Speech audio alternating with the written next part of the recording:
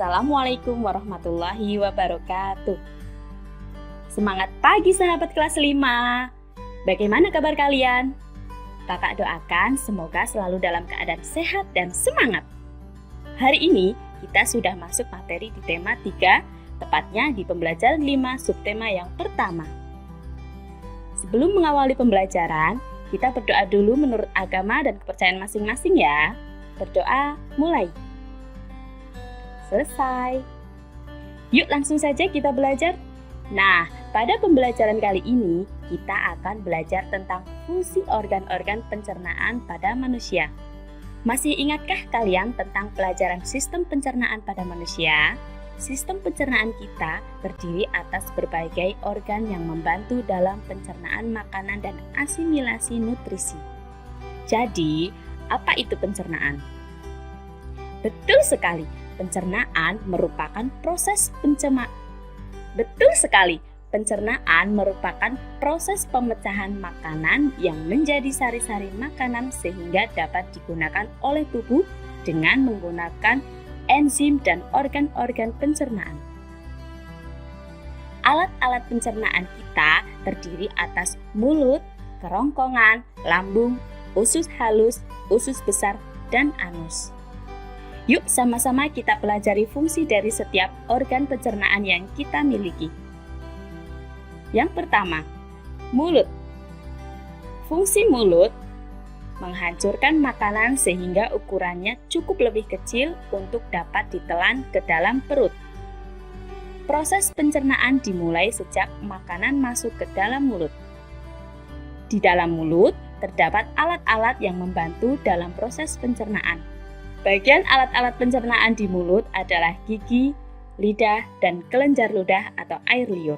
Di dalam rongga mulut terjadi proses pencernaan makanan secara mekanik dan kimiawi. Kemudian kedua, kerongkongan. Kerongkongan adalah saluran yang menjadi penghubung antara rongga mulut dan lambung. Kerongkongan memiliki dua bagian, yakni bagian faring dan esofagus. Kerongkongan memindahkan makanan dari mulut ke lambung. Kerongkongan dapat melakukan peristaltik, yaitu gerakan meremas-remas untuk mendorong makanan sedikit demi sedikit ke dalam lambung. Kemudian yang ketiga, lambung. Fungsi lambung adalah sebagai berikut. Sebagai penghasil pepsinogen. Pepsinogen adalah bentuk yang belum aktif dari pepsin.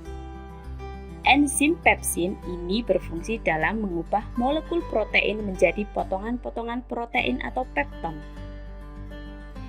Keempat, usus halus.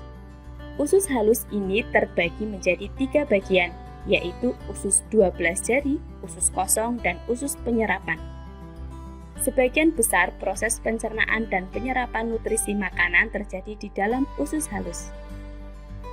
Pencernaan makanan terjadi pada usus 12 jari dan usus kosong. Sedangkan usus penyerapan menjadi tempat penyerapan nutrisi makanan. Namun pada usus halus hanya terjadi pencernaan kimiawi saja. Yang kelima, usus besar.